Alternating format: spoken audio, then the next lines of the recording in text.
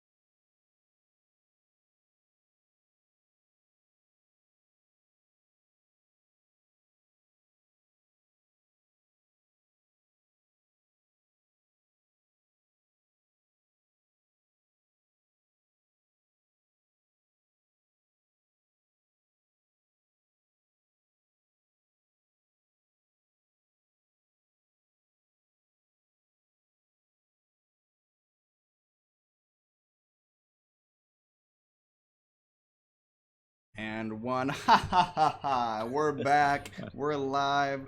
What is up? It's time to play. I'm joined with Joe Zombie. My name is Mark Zombie. Joe, how are you? Mark, I'm doing great. Got my cup of Joe right now. Yeah, is that a cup of Joe? You're drinking a cup of Joe It right is. now. Oh wow. It is. On the nightly roast. nightly roast. Yep. But yes, it's the Nexus Gaming series. We're back. One mo again. It's a Tuesday night. You know, it's kind of become our thing a little bit. We're looking at two teams today out of Division B East, which is the Beast Division. Oh. Hold on. What was that? Joe, and I was looking for a third. I was trying to. I checked with the one red fish, and I couldn't get a hold of him. I was trying to consult with this yellow fish, and he just wasn't picking up. And I was in the Dollar Tree, and I saw the scuffed bin, and I was like, oh my gosh, it's that green fish. What's up, green fish? I'm doing great, Mark. I'm doing great. Pleasure as always to be here with the Zombie Boys. Yes, I'm so happy to have you back here. Like I said, it's the Division B East, the Beast Division. We got Heroes of the United States on the left, which we'll take a quick moment here and look at our current standings. Like I said, Heroes of the United States looking at rank number 5 with 11 points, up against Rush B today, the rank 7 currently placed team in the standings, about week 4. An NGS, so should be a pretty tight matchup. Yeah, both teams looking for blood, and it's still pretty early in the season, so teams are looking to make their mark. Yeah, Look the position to stay on top, kind of show everybody what they're made of. Show them what they're working on off season. Yeah, right. I don't have. I've got a little bit of experience with Rush B. I believe I cast a series of them last season. But Heroes of the United States is a new team to me. I don't recognize them from the NGS, so I'm curious about their origin story here. We actually tend to do a lot of C division, and that's what I was thinking about before we started the cast. Actually, was looking at both these teams. I don't think I've personally casted either, so I'm really excited to kind of get some new blood in there. Yeah, we're bumping up. No more hashtag Boo Gang anymore. Sorry. Yeah, who knows? Who knows? To the Beast Pepe Division. Alright, and then we do have the map picks and bans in order for y'all. We're going to be looking at Heroes of the United States banning out Dragonshire and Tome of the Spider Queen. What? Yeah, no Spider Queen. Wow. That's going to be a swap up. Must be a C division thing. They're starting on Spider. So. Yeah, I guess so. And then meanwhile, Rush B, the blue team for us tonight, banning out Towers of Doom and Volskaya Foundry. And actually, it's going to be Rush B that's going to take us to BOE. Ooh. Now, the 2-lane maps. I don't want to say they take more skill, obviously, by any means. But things get a little bit more interesting with comps and how teams really play it out. Because they usually go for the 4-1 rotations and the 4 squad. Sometimes you get some good scrims in there. And, yeah, definitely. Being on top of those camps means a lot. Of course, you can get caught in a bad position if there's an enemy camp pushing down your lane and you're forced to. Well, you kind of have to either clear the camp or attack because it's in their favor to defend, really. Because the more time they have, the better. But yeah, I personally really like BOE. You can see some really interesting picks coming out here. What are some? Yeah, I was about to ask. What are some meta picks? Is Artanis still in there? Vala still in there? Is it still normal? Artanis and Vala are still in there. Amateur opponent is just straight up strong. Artanis isn't really seen too often, but that talent is stupid good. There is another thing floating around here actually. Sylvanas Merc Queen, I believe it's level 4 or level 7. But it's been reported that Sylvanas Merc Queen actually is working against the Immortal here. Or the Immortal? Yes, not Punisher, Immortal. Yes. Yep. So That's interesting right there. Yeah, I'm not sure if we'll see. I think this is kind of recent news, and it's unconfirmed by Blizzard. There's a post about it in the NGS Discord. Go ahead and check that out if you want to hear more. But it's not banned or anything. But yeah, we're back for another week. The Nexus Gaming Series. We got the other final member just connecting now to the lobby. But we can take a moment to shout out some of those in chat coming by. Man of Pandemonia, of course. Pig General, what is up? Psycho Bear, how you doing? Our little observer, Psycho Bear. Shout outs to Psycho Bear for today. Shout out Psycho Bear.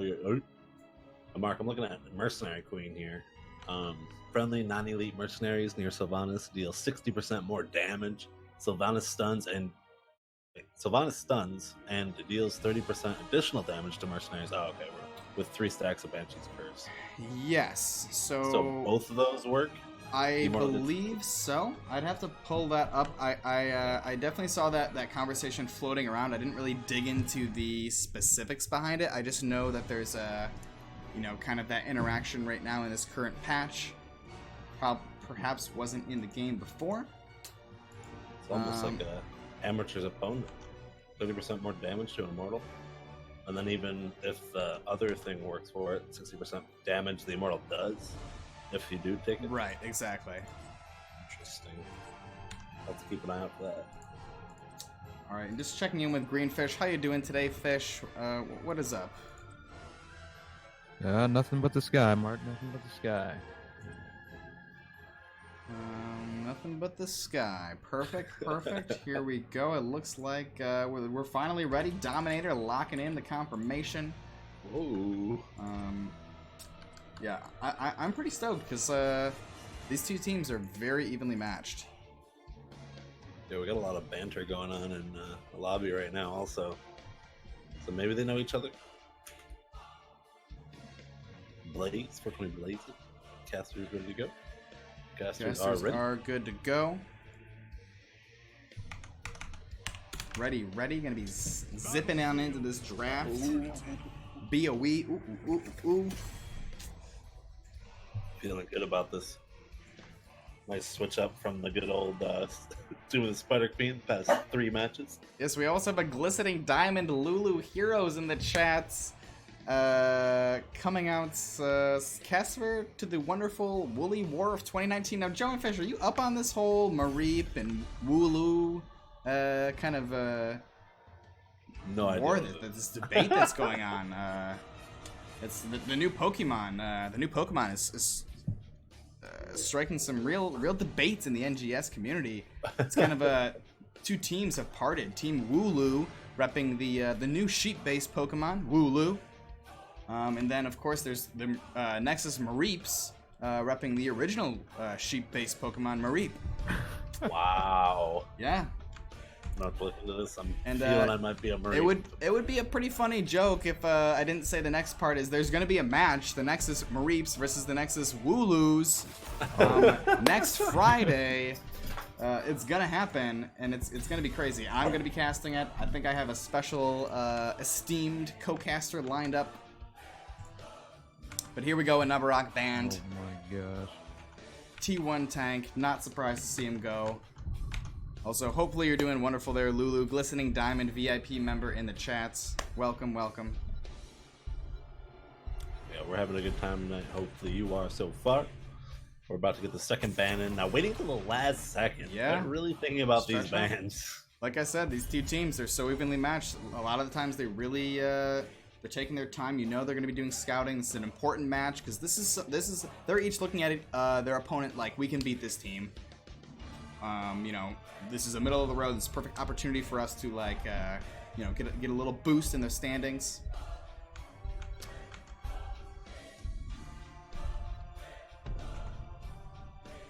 Next ban here coming out, gonna be the Hanzo. Good poke, nice damage, good immortal damage. Yep. Definitely a good get out. Fine choice. If they've got a Hanzo player, a renowned Hanzo player, it's going to be something that you're going to need to be prepared to deal with or just get rid of it. And in this case, they're just getting rid of it. Heroes of the United States banning Hanzo. Yeah, we've seen some great Hanzo play coming out from Ace Casey on this map. Other maps Yeah. also. Devastating Dragon Arrows. Ace Casey died for Vision. Great I would say the MVP Rich of NGS when it comes to Hanzo players. Oh. Bold statement, guys. Speaking of NGS, speaking of the MVP Black of NGS, There it is, Sylvanas. Oh, Let's see if they get the 5 cheese. Okay. I was gonna say, got the opportunity to cast Heroic Division, missed most skill shots on Friday, and whew, that was insane. Cut like the end of that game. That was sick. Yeah, for future notes, boys, let's try to pick up some more heroic games because those are the spice. Ooh. Ooh, we got Vala Diablo. Okay. That Vala skin though. Yeah, Vala Diablo getting locked in here.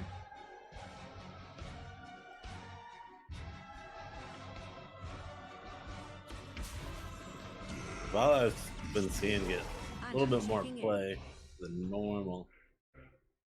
She's still. Did she get a rework or a buff or anything like that? Whoa. Oh my gosh, hold on that one thought real quick here. Joe Raven, Darkfang coming in with 100 biddies. Jesus, Raven, what are you doing? The beautiful Rainbow Unicorn, thank you so much. Raven, welcome. Just in time, we're just getting started here. It's Division B East, Raven, so it's gonna be some pretty intense games. And really, Raven can be credited with introducing us to that green fish. Without Raven Darkfang, there would be no that green fish. The official sugar mama of that green fish. Yeah. Whoa! You heard it first. I'm jealous. Just got that Wraith knife. I'm jealous. We got a Artanis ban with the ETC ban. Yeah, and then Ana getting picked up. Ana Malthael. Ooh, that is looking absolutely devastating. Ana can get some serious value with the healing grenade canceled. Often considered one of the top healers right now, even despite her most recent nerf to her grenade build.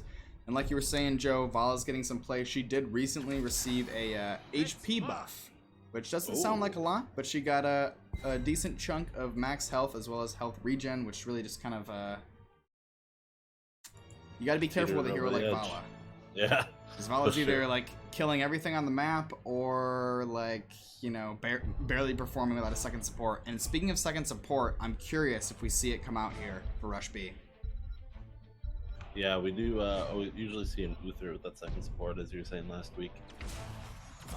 Johanna gets locked in, the Rainer gets locked in. Okay. Now, I do like the ETC ban. They kind of pigeonhole them into the Johanna, just so it's a little less dive, and that Vala can just have that much more room to kind of do whatever she wants. Also with the Falstad. Yeah. Now the Falstad. Whoa! Wow. And then saying that again. Kel'Thuzad, Greenfish, the Lich want King. that. He's on the battlefield. He is indeed, Mark. I'll let you know when I come out of the lockers here. But, oh, hold on. We're getting some feedback here down in the field. Gotta mute some things here.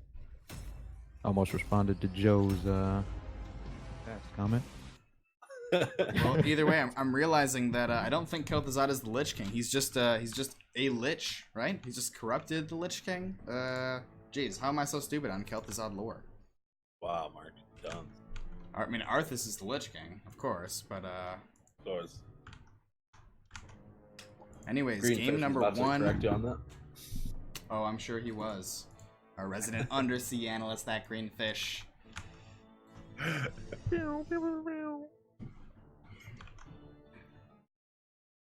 And diving head first into the water. We've also got Mega Muffin Hots. Hodis should have opted for a poke hero instead of Rainer. I'm not sure. I mean, I guess Rainer's a little bit more sustained than he is kind of like range poke damage, but you know, it depends how you define it. Seems like a decent sustain hero. I'm thinking Muffin's maybe thinking of a Junkrat or a... I don't know if I agree 100%. We'll see how it pans out, but I definitely see it because what we were saying before is POTUS doesn't really have too much dive, and they're gonna have to try to deal with that backline. If that backline just runs free, I think Rush B has it, even with the Sylvanas, Malthael, Indeed, here, Joe. Raven, thank you so much for the biddies again. Oh my God! Right before the game, we got to speed through this announcement, but thank you so much, Raven. On the blue team, Heroes of the United States, we got CLYDH on the Rainer, Watson on that Johanna, Jub on the Ana, Blaze on the Sylvanas, Waterboy, TKD on the Malthael. And over on the right side, red team, we have Rush B, Dominator on the Kel'Thuzad, Fatlock 333 on the Diablo, Greenwall 12 on the Uther, Great Po2 on Vala, and Falstad, or Arcane on Falstad. I just want to part the kimono real quick and open up the third wall as I let you know that our observer, he's locked in. Psycho Bear is going to be bringing you the show tonight. All of the action is going to be captured through his lens. So shout-outs to Psycho Bear in the chats and in the game. Raven got to be a huge load off of your shoulders there, Mark. Greenfish, take it away. I can't. Take it away. Accept it, Mark. Thank you for those biddies, Raven. Appreciate it. 300 fatty fat unicorn rainbow biddies. Appreciate it a lot. Much love to you. Yes, thank you, Raven. You're too kind. Thank you, Raven Darkfang. Oh my goodness. We have bribe on Falstad, Mark. Yeah. I just want to show you that cheesy little play. We got Monster Hunter on Vala. That's gonna be great damage for the Immortal. And I don't think anything else too crazy. We're not on anyone else. We'll keep an eye on Sylvanas for that level 4. Yeah, the bribe on Falstad is pretty interesting here. So kind of dialing into this game, we see Heroes of the United States opting to keep 4 members down bottom and clear that camp out. Meanwhile, up in the top lane, Rush B kind of doing the same thing. They have the 3 up top. It's like Vala just grabbed that camp alone. 1, 2, 3. Take my hand and come with me. Vala's freaking taking that camp in 2 seconds. POTUS doing the same bot. Yeah, interesting kind of split so far. This is weird to see so many members rotating up to the top lane, but now it looks like Uther is going to be on the retreat here. Diablo slowly getting poked down. Some trades kind of in the bottom lane going back and forth. Watson on the Johanna going for an early back here. Meanwhile, Greenwall doing the same thing. Yeah, we have Uther with Hammer of the Lightbringer. That's going to kind of help him with his mana. Passive, basic attacks restart 1.5% of it with his maximum mana. That's kind of what's really going to be putting him apart from other supports. Is just how he uses his mana and... Yeah, I think that's an important talent pickup here on this map, kind of like those longer sustained battles, battling kind of back and forth, defending, attacking, trying to be healthy for whatever comes your way. I shall purge your evil. Alrighty, now here down in the bottom lane, it looks like red team starting off right out the gate swinging. Oh my gosh, it's Kel'Thuzad going down in the bottom lane. A nice pickup here from Heroes of the United States. Mercenary Queen coming out on Sylvanas, and it really shows on that bruiser just getting work in right on bottom. Yeah, I think on such an early objective, it doesn't hurt really to sacrifice a little bit of time to just get some structure damage done. But yeah, either way, we see Rush B taking us to halftime here. Slight experience lead on the favor of Heroes of the United States.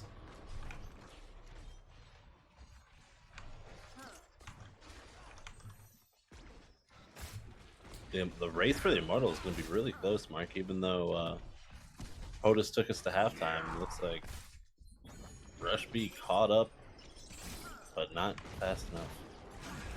POTUS ends up taking looking to step up a little bit, grab the globes. Uther trying to sniff out the stun. Not going to get it here. Meanwhile, we see 4 members from Rush B kind of rotating up top to push in with this Red Immortal. I like that. Falstad on the bottom is a really nice option. He can get that double soak, he can get that soak going, and he can also show up, you know, and push for the last second if need be. Yeah, maybe waiting for the wall to get down for an easy, quick in and out. Watson, maybe a little too far. And oh, Watson. Almost bang with their life. Just getting out. He almost got third-partied, am I right? 100% Mark Watson being the new character. A little bit of one dead game to another joke. But here we go. Diablo, the healing cancel comes out. He's backing up. He is going to be getting out alive. But yeah, they walk away with just the front wall. Not able to get too much else out here. Kind of flirting with the idea of top camp. Though both teams really just hanging out in this area. Meanwhile, Malthael in the bottom lane soloing away, grabbing that camp. Backing out. Yeah, looks like he's backing out. That's the checking camp. Let's go. We have Johanna stepping up here a little bit. A nice poke and then healing grenade coming out on a Dominator, getting him half health. And Little KT combo going in and they get a stun off of Sylvanas. But now the turning bird damage is on from the Rainer. The pepper is being distributed. Rush B's got to back off. Hold on, Mark. I think I just got gifted a sub. That's embarrassing. Anyway, Raven Darkfang with the T1 gift sub to none other than yours truly. How does that make you feel? Deserved. Thank you so much, Raven. You're too kind. The biddies, the support, it's legendary. Your support is legendary, Raven. Thank you. Much appreciated. ThatGreenFish on the up and up for the NGS scene. Every day by day, I just get more and more DMs about ThatGreenFish and his origin. Where's this? Who is this fish? And how have I never heard of him? Oh, you never heard of me, man. They catch me live on Instagram at ThatGreenFish, as it says on the screen there. Or hit me up in the DMs. I'll make you some custom merch. Design team logos. You can you might have seen me on you know where this is going, Mark? I know where this is going, but it's swag. the Boogan Squad swag. But we have another sub. Thank you, Raven. Oh my gosh, it's making it so hard to cast, but I really appreciate the subscriptions and your support. You're too kind. I hope you're having a lovely night. And I really appreciate you being here and hanging out with us and supporting us. Means the world.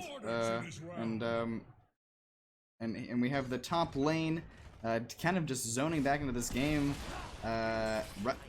Blue team getting their first immortal. All of a sudden, here's the United States on the pressure. Malthael splitting down bottom. Level 10s are online for just a moment. They do pop that Hyperion, looking to siege up every last second they can before 10s come online, Joe. Mark, we're gonna have to take a peek and see if Mercenary Queen is getting value, but so far it's looking like it is chunking down that structure. Diablo going in, he gets a nice stun there on the Blaze, on the Sylvanas. She's backing up, but Diablo pops the APOC as well, but he's getting peppered out of control. Fatlock falling out. Ooh, a nice gust coming out, saving Diablo, but the full team is looking so low here. Now they're on the retreat. Sylvanas blinking in, looking for some kills. Ooh. Still walking down the lane. Uther getting flipped, and he's getting picked. Yeah, on a healing grenade there definitely secured the Uther kill.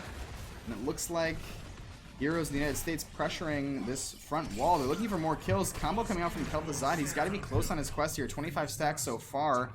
Wow. Diablo's getting the flips, but just cannot secure the kills. Multiple people being flipped and so close to death, but just getting out. Must feel bad, but they're gonna have to just regroup, get it together. I hate to cut in once again, boys, but it looks like we have 2 more new subs to the channel. Oh shit, Raven Darkfang with 2 more subs. Thank you so much, Raven. Welcome, Mez, Giz, and Slexia. Welcome. And thank you, Raven. Diablo getting caught up. He's got them souls. He'll be coming back. Rush B, grabbing top camp. while freaking the Mercenary Queen coming down bottom, just doing work once again, Mark. Yeah, that's not, the power of Sylvanas, Joe, is real, and I think she's a force to be reckoned with right now. She doesn't. I'd wager she's a bit overtuned.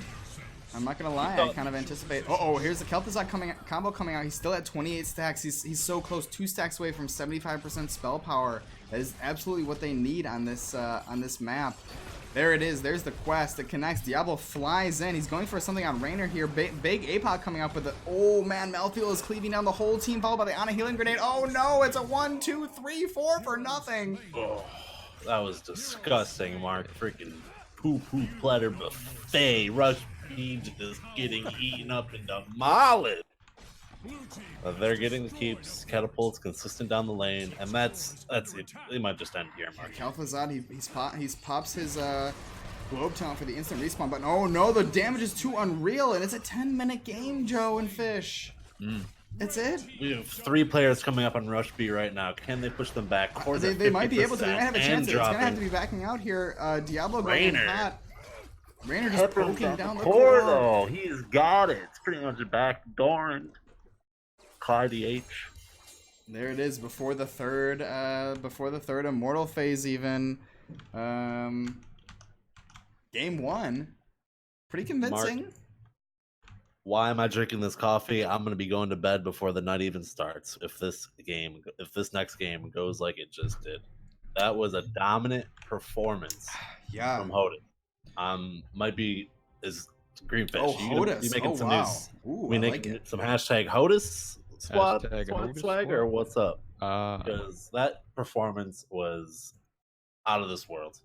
They obviously did their homework on the Sylvanas Mercy Queen because that was doing work 100%. Even if it didn't even affect the mortal, they did such a good job at rotating, doing camps, and just pushing as much as they could with each camp they ended up taking, and it bottom lane got destroyed. Yeah, also 10 kills to nothing. Not a single member fell on Hodis there. Now Rush B definitely not down now. They showed some good promise, but there was they're gonna have to look at their comp. That was, I don't want to say all comp, but that was definitely it was hard for him to catch up and get a kill. Yeah, and it actually should be noted that it was indeed Rush B that brought us to that map. Ooh. So, not something that's it's not make or break, but definitely not great if you feel confident in a map choice and you can't pick it up. Yeah, but when we're sorry, Joe, when we were going over the Sylvanas changes there. I was really expecting to kind of see her banned out.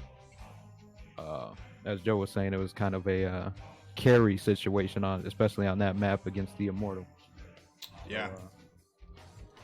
Yeah, I'm not sure if how long that banter about the Mercy Queen's been around, but they first picked her and they knew her strengths. They knew, I don't know if they knew her weaknesses, but they did some work.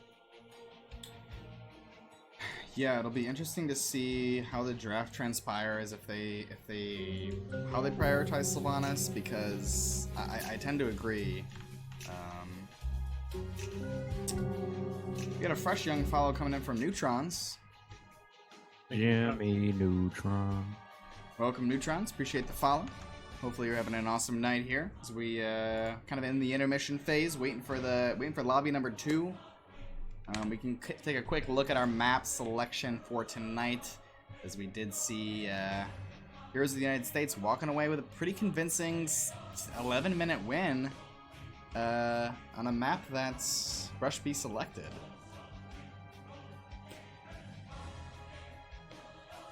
Yeah, Hoda's probably feeling pretty good after just clutching that one out. And it looks like we do have a map number 2 for tonight, and it's gonna be a hot one. GreenFish, I hope you brought your sunscreen. Oh, so we're going to Sky Temple. Wow, I'm really excited about this one, Mark. Sky Temple's honestly probably one of my top 3 favorite maps. Don't really see it played a lot, I feel like, and some good clutch heroes can come out. Yeah, definitely a map that it can be a bit snowbally. Basically, the objective on this map, of course, you stand on those temple points and it will just zap laser beams directly at the structure. So unlike other maps where you get the objective and something pushes down the lane and maybe gets structure damage, it is just every second you're standing on it, it is hitting the towers, it is hitting the wall, it is hitting the wells and the forts and the keeps. Structures just kind of crumble on this map. Literally crumble. Alright, it looks like we got all players connected.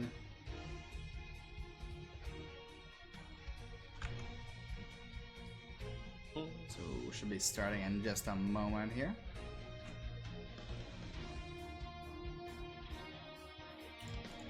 Sky Temple. I'm not sure who's actually brought us to this map here. We see first draft team is Team 1, meaning Heroes of the United States pick first. So this must be the map choice of the red team.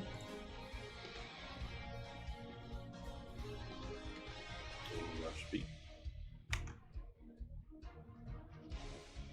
Alrighty.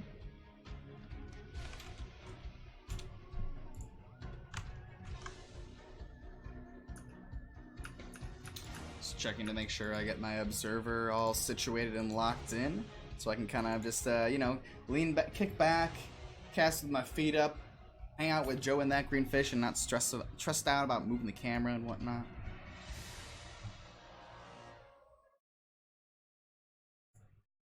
Sounds like life. The life. All right, Joe and Mark, from your expert opinion here, is Sylvanas going to be a threat on this map as well, or are we going to have to worry about seeing her banned out? I think traditionally I don't think she like really excels above any other hero on this map. But I think she's just so strong right now that it's not going to be a bad pick if someone takes her. It's just typically when you see Sylvanas, you think maps where there's something, the objective pushes down the lane, so because you can turn off those structures with the black arrow. So, but I think she's just such a strong pick, and they played her so well. I gotta imagine to see her involved in this draft somewhat. Yeah, and just how they're doing work and rotating with the camps and pushing in with the camps. If they can do this on Sky Temple, such a big map, maybe if they, I don't know, it's definitely not something that I would rely on as like a strat, full-on strat. Right. But as Mark was saying, maybe it's yeah, she's just a great hero right now. She does well against heavy front lines. She's a very strong auto attacker. She's got mobility. She's got burst. She's got AoE damage with her Shadow Dagger. So she's got the kit and the sink. You know what I mean? Yeah. Now speaking of kits, I don't know if you boys know or seen the new hero that's announced, Kira. Whoa. She's a Nexus original. I saw that whipping in the battle. Yep. Pretty stoked about that. Oh, J-Show's coming in. Silva's good here. I bet we see it here. Ooh, local Heroes of the Storm streamer and multi-season Grandmaster J Shifts has blessed us with his presence. I can't talk right now. Joe, Fish, take it away. Yo, see, when I said expert opinion, this is exactly what I was hoping to see. Someone as seasoned as J Shifts in the chat. Straight to the point, answering the question. Bam, she's good. Next question. You know what I'm saying? Yeah, that's what a multi-season master will do. Welcome, J-Shifts. Hopefully you're having a phenomenal night. We're just getting into the ban phase of map number 2. Diablo and Nub banned out from the blue, and Ana and Malthael from the red. So they didn't want to deal with the Malthael. Yeah, those 2 heroes from last draft. They're saying, fuck Ana. Yep. Screw Malthael. We don't want any of that. Definitely great choices there, getting rid of the Ana. Sylvanas does go through. First pick, Sylvanas. So, yeah, wasted no time locking that hero. they kind of felt the offlaner might be a little bit more oppressive here.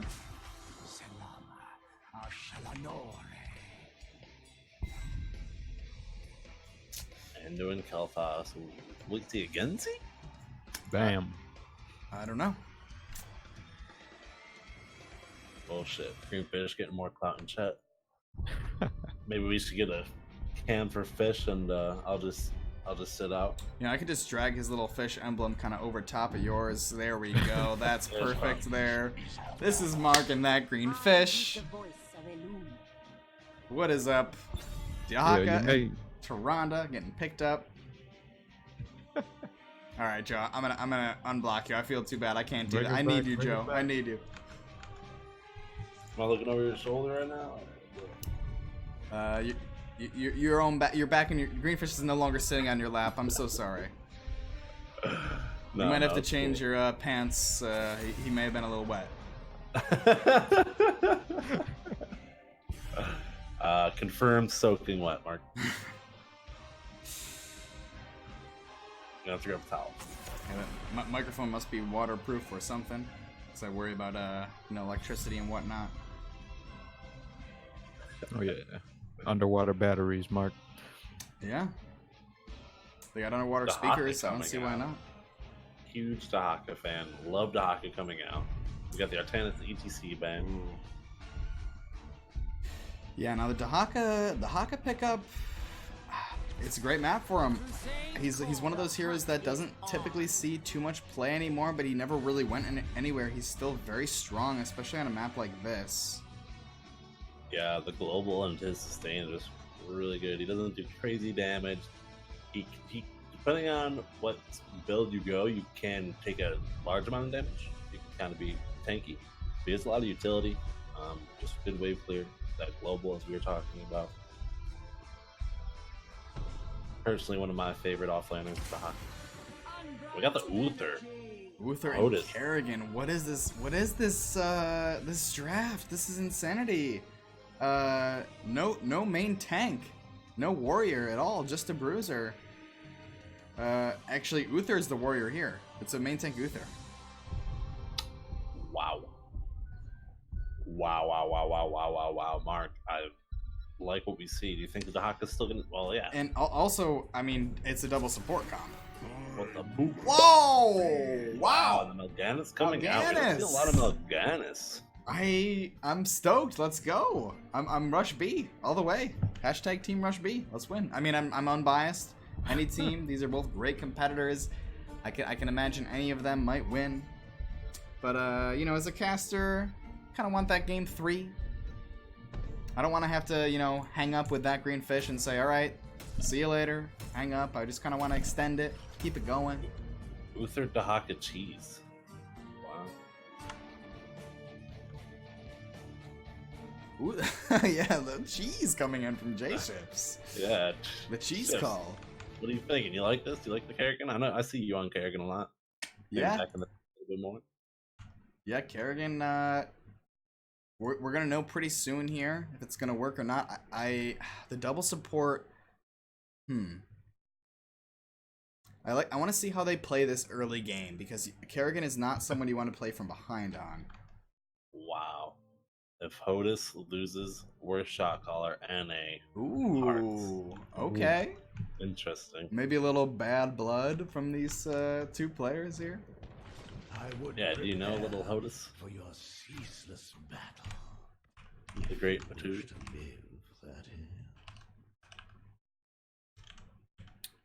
Alright, here I believe we're locked onto our lovely observer, Psycho Bear, hopefully. Seems good. He might just need to zoom out a pinch and then we're good to go. And on the right side, the red team, we got Arcane playing the... okay, well, I guess we'll start with the left. No big deal.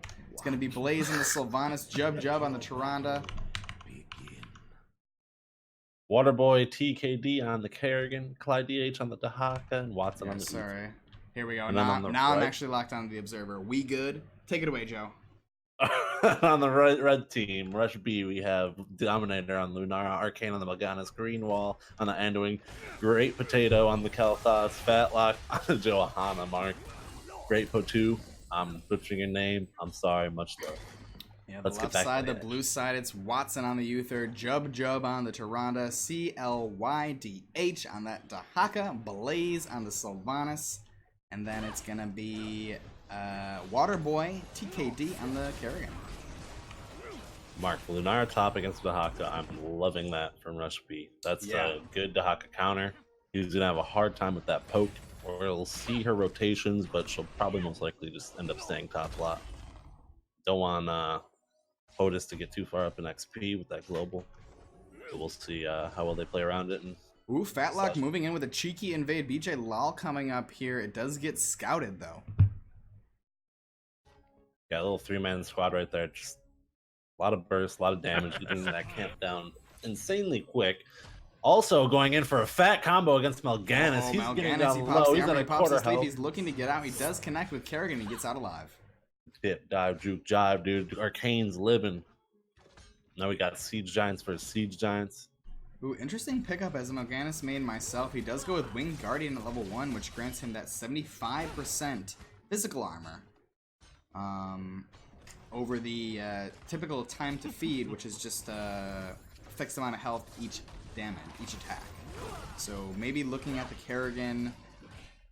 Dahaka, Tyrant with the auto attacks, with the auto attacks. Really, Sylvanas also does some decent auto attack damage here, so that's an interesting pickup. I think that's a very strong talent, and it's often not taken. Oh, and he actually goes with Echo of Doom. Sorry, I'm just geeking out over this Mal'Ganis build here. Oh wow! Should grant even more armor for 1 additional second. Yeah, Mark, we're gonna have to keep an eye on that Mal'Ganis. Yeah, we're gonna have to that's gonna get a lot take of a peek-see on this one. Yeah, we got Mercenary Queen coming out on Sylvanas, normal. We'll see her probably pushing some camps, maybe getting some value on that global. Both lanes pushing. Yeah, first Temple phase coming online here, and we see most teams, or both teams, kind of posturing around the middle. Lots of pings going on for the Bruiser. It looks like Hodis trying to scoop up a quick Bruiser before this objective. Yeah, Mark, that's just one big threat pushing top lane, especially when these temples are active. Is it too late? Are they still gonna get value? Rush B getting most, or not most, but starting to get most of Middle Temple. Yeah, Middle Temple going to be over to Rush B. Up in the top lane, it looks like Hodis securing most of that temple. Ooh, a nice pick coming out. Great positioning on the Lunara, able to get her picked out there. Fantastic aggression, exactly what you want from the Kerrigan composition.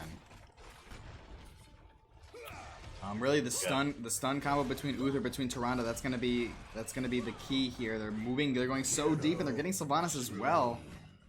And those Bruisers just tanking that keep.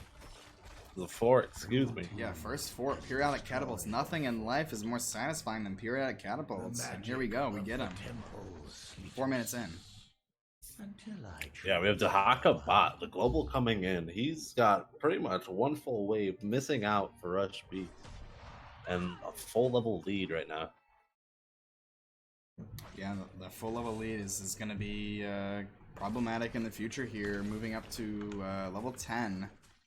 Of course, like I said, this map is very unforgiving. It can be very snowbally. Every second you're standing on a temple is every second it's doing damage to the structures immediately. So we're going to have to see what Rush B can do here. Now we have vision on Hodis, and they're going for the siege still, Mark. The Wisp is in the bush. Yeah, they're going for the siege. Kerrigan goes in kind of deep here, gets a nice gravity lap stun. The bomb is on. It does spread to Tyrande here. Now Johanna all of a sudden in very deep, getting pulled by the Dahaka, pops the unstoppable, and now it's Watson on the Uther that's falling awful low. They're going for the kill. Mal'Ganis dashes in, gets a big old stun, but now the backline is getting absolutely devastated. No one has followed yet. It's a 1-for-0 trade so far. KT drops, Lunara drops, and there's Uther as well. It's a 3-for-1. And all of a sudden, the double support kept Uther up so long. Oh. He was saying no to death, Mark. He finally met his maker, finally went down, but the cost was huge for Rush B. losing bottom fort, losing some of their lives. Everyone's up. Oh, excuse me, Johanna, 2 seconds. Now everyone's up for Rush B. We'll see how they respond. They're getting top bruiser. And while freaking, I think Otis is just going to march down bot. They got 2 siege camps now. Mercenary Queen pumping full force. And that Marcus Svan is so strong. Yeah, exactly. Tanking down that Johanna. They got 4 siege camps and just took Johanna pretty much to half. This is the Sky Temple. This is how it works, Joe. We've got the boss coming in with the Sylvanas. The level 10s are online, still quite a bit away. Of course, Lunara and Mal'Ganis soaking those lanes for the red team, just trying to catch up in experience, trying to get those level 10s. That's their only option right now, is just to defend the keeps and get level 10. Mark, we'll see if they want to march down the lane with boss, but they do have bottom temple. They see Lunara's top with the bruiser. That's not honestly going to do much. Maybe get top for it, but at this point, who cares? Hodis doesn't. It doesn't matter for Hodis. They're a full level lead ahead. They're getting bottom temple. Yeah, they're getting bottom temple. All the forts are going to be exposed. They have They still have the experience lead. The level 10s are coming online. We are going to be seeing Thornwood Vine coming out from Lunara, going for the Carrion Swarm on Mal'Ganis. Pyroblast, Blessed Shields, Anduin, not sure. We'll see what he ends up taking. We got Isolation on Dahaga. I do like that pickup. Yeah, Mark. So many stuns, a tongue lick, and an isolation later. People are dead. We got camps. Everyone just rotating to camps. Yeah, I like this play here from the red team, from Rush B, trying to get any structure damage they can. They do see Dahaka, of course, in that top lane, so they're really just trying to pressure and get something back here. They also have that Mal'Ganis kind of anchoring right next to the Wisp. Looks like he's just backing out for now. Of course, level 13s are just about to come online for Hodis. Whoa, green wall. Yeah, we do have a disconnect and a little bit of a pause. So shall we eject and launch back up to high above the Nexus? Little 3, 2, 3, 1 sec lag. Yeah, let's bring us back into the caster bench here, Joe, as we just have a little brief interruption. Well, let's get that green fish back up here too. What's going on, green fish? Mark, let me tell you, I'm out of breath. This B division is no joke. The game pace is ridiculous compared to C. And this map is a lot bigger than it looks from up here. So, yeah, it's a real scorcher out there on the Sky Temple. Well, it looks like we're ready, so let's get back into the mix. It's a little bit of a lag. You know, a little lag situation going on. Yep, no big deal. We're starting in 3, 2, and a 1. Uther probably looks like at death like Goku does. Walks by the desk like, sup, I know my way. Oh, because Uther dies so often, I get it, and so does Goku. Oh no, Dahaka, nice pick off here. Exactly what Rush B was looking for. They do scoop that Dahaka. They really need their opponents to make mistakes so they can catch up in experience. Yeah, being a little over a full level down, it's going to be hard, and tier level down right now. Definitely got to take advantage of that Dahaka death. It's a good pick. They're going to have to set up a good position and see if they can do some work. KT being kind of a later hero. He really pops off, I'd say, you know, a little bit around 13, but definitely at 16, and especially at 20 is just a big banger swarm. Big engage coming out. Either way, there's a huge fight. Level 13s are not online. The Kerrigan with the invulnerable going in super deep, getting 1-2 kill. Oh, actually, it's a 1-for-1 trade. The Kerrigan's looking for more. Nice root coming out from the end. When the light bomb connects, he gets a stun. Lunara poking away, trying to get that Dahaka down. It's actually just a 1-for-1 trade. Yeah. Which kind of goes in favor of Rush B there. They do get that experience from behind. They get more experience when they get the kill. Yeah, Siege Camp going over to Hodis, but being cleared out quick by Rush B. Hodis opting to go bottom. Just get that siege. Or just get that temple. Haka coming in for a fight, maybe a flank. Yeah, ooh, nice stun going out to Johanna. It looks like she might be the target here, but Anduin's caught as well. He does get backed up. Mal'Ganis getting a nice stun and popping. Ooh, he gets stunned out of the bats. And now all of a sudden Kerrigan has to pop the Crystallis, and they might be going for a kill soon. She's just about to pop out. Oh my gosh, the living bombs are connecting Joe. Everyone is falling so low on both teams, but it's Sylvanas that goes down first. That Mal'Ganis value, and they do get the kill onto Haka as well. Mal'Ganis is running rampant through the back line of Hodis while freaking Hodis is trying to dive into the back line to Rush B, but Rush B being able to live through it. Hodis being able not to. 2 going down to Hawk and Sylvanas. And Rush B taking over Temple. And yeah, so just kind of reading these 2 talents on the Wing Guardian plus Echoes of Doom, the 1 and the 4 on Mal'Ganis, does that mean he can have 100% armor? Is that correct? Physical armor? Red team has destroyed. I'm not sure, because he definitely gets it's 75 physical and 25 magical. But I think the... It says retains 25 armor. So one side goes away. Okay. But yeah, either way, level 16s are right around the corner. They're not live yet. We do see all members of Rush B trying to push this top temple, looking to make a play before 16. They know Dahaka's in the bottom lane, but what can they do? Oh, a nice interruption going out into the Sylvanas from the Condemn, but it does not result in a kill. Kerrigan pops her ultimate here, going in super deep. The poke's going out from Lunar. She's trying to get away, trying to get damage in. Nice interruption on the Dahaka as well. Oh, big Kerrigan combo coming out. But it's Kal'Thas that gets ended up getting dove on.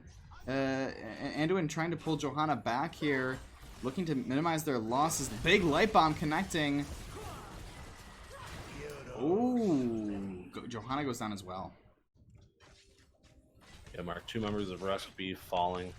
Hodis looking pretty strong, taking Bruiser Camp right now. Gonna be able to push with that Mercenary Queen. Probably do some work. Also, while the Hockey gets that temple, it'll be a lot of damage. Most likely keeps top. Unless Rush B can defend it right here. Yeah, death timers are still short here. We do see Kal'Thas coming up in only 15 seconds for Johanna, so they should be good to defend the keep from the push, although that top temple still has a little bit of juice left.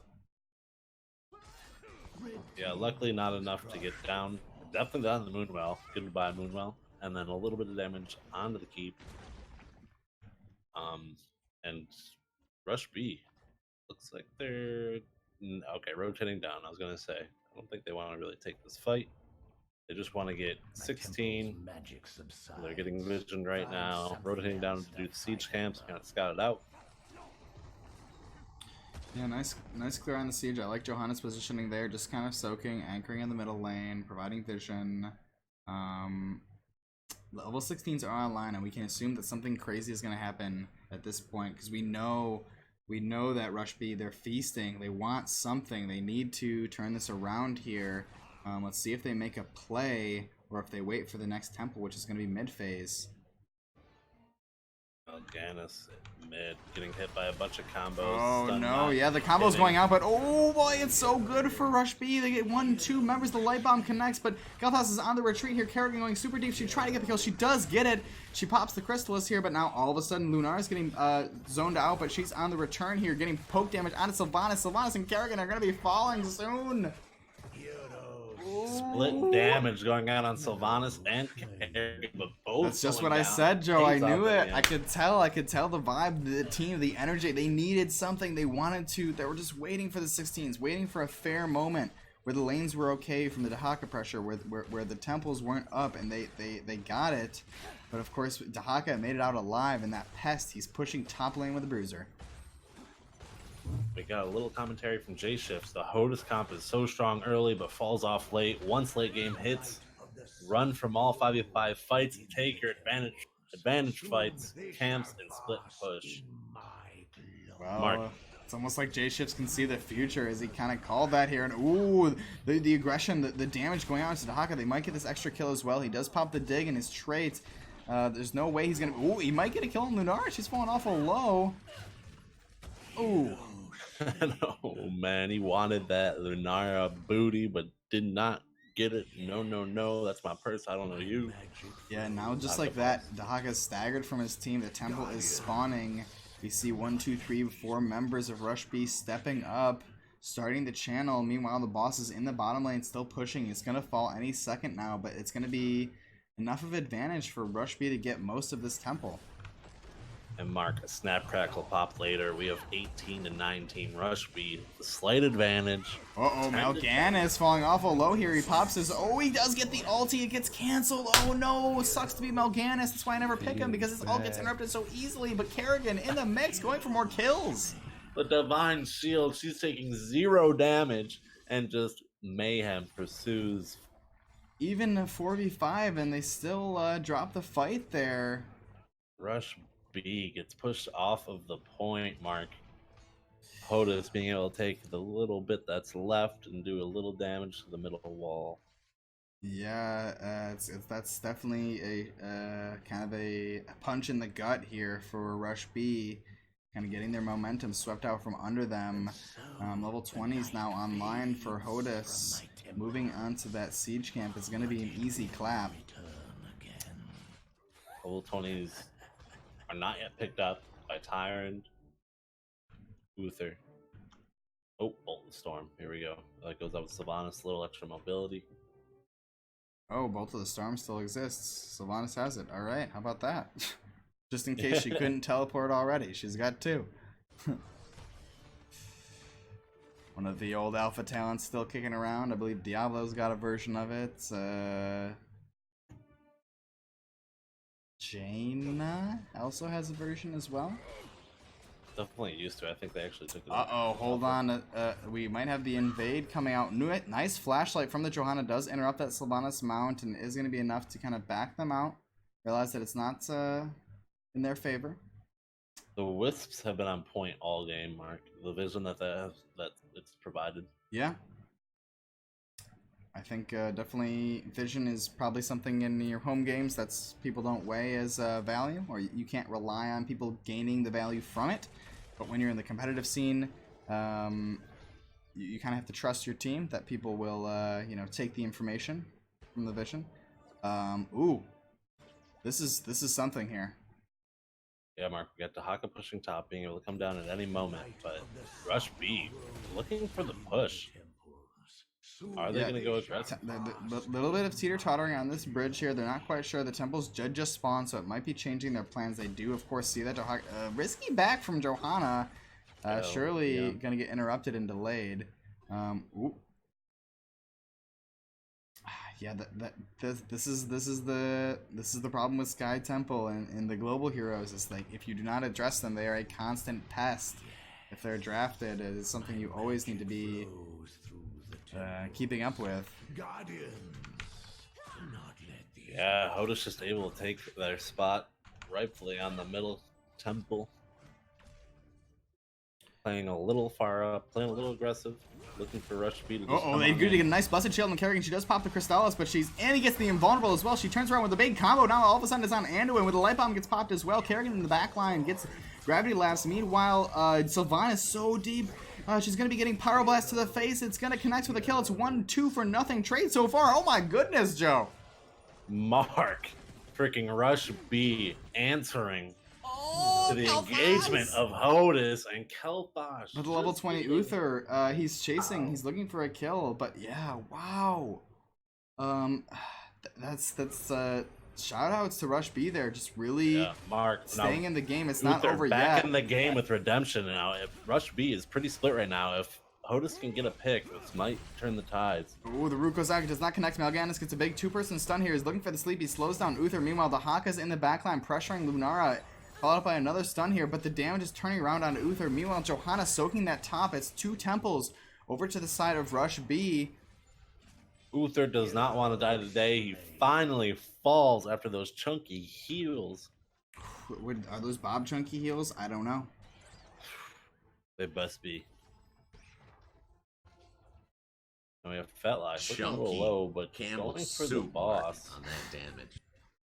Yeah, the chunky Campbell's soup going for the button. Dahaka top, Mark. Dahaka top. Whoa, Dahaka top. Dahaka top. We have a small back door going on to Haka. Yeah, he's pressuring it. He's going for the core. He's killing the minions. There's 1-2 catapults. Johanna goes back, which is a little bit questionable. She doesn't have too much lane clear, but it is going to be enough to scare the Johanna off, or the Haka off here. Bottom lane getting capped. Moving on to the Siege Giants next.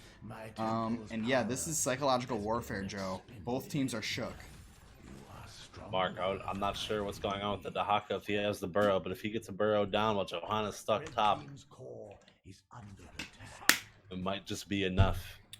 Yeah, it looks like there is one catapult, but I think it is going down. But the boss, oh man, it's a full health boss. They have to commit for this. They need to do something. They can't afford to wait any longer, but it's everyone is up. All the ultis are online. This is going to be fireworks. Ooh, Mal'Ganis going in with a big stun and a light bomb. He's trying to connect on the Kerrigan. The invulnerable pops Kerrigan. Now all of a sudden going for the backline, looking on Kel'Thas, gets pulled out by the Anduin. Kerrigan's still going for it. She's looking for something, but she doesn't get it. She gets dropped. And now it's Rush B. They're on the core. It's 50%. They're getting kills left and right. Mark, Rush B coming back. The late game comp. Kel'Thas coming online. Oh my goodness. You know, Rush B, all they had to do was hold out. They did, and they ended up coming back. Hodis paying for it. They didn't really make any mistakes. Yeah, no. Hodis had some questionable positioning there in the later game.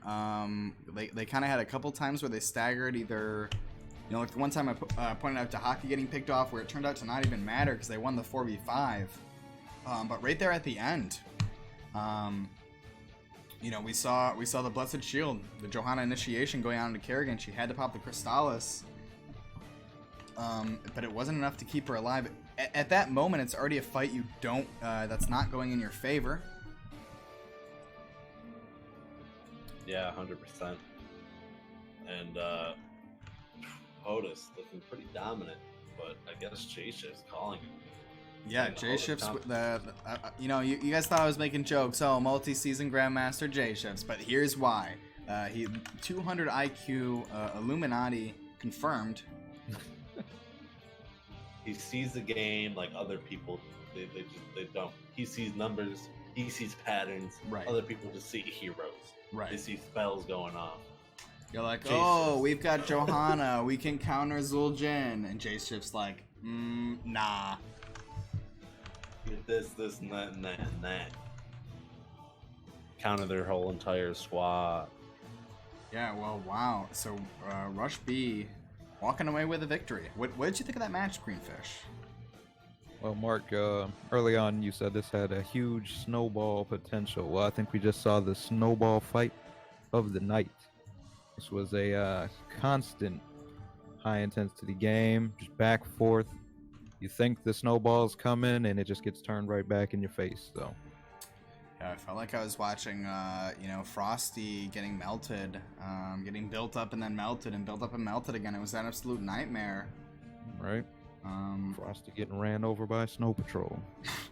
Let's see. Oh shit! Well, we're going to game 3, Joe and Fish. I was half ready to be like, all right. Well, I'm getting pretty tired. It's a weekday. I got work in the morning. It's getting late. I'm on the East Coast. But, no. I get to continue to stay up late and watch Heroes of the Storm, which I'd much rather prefer.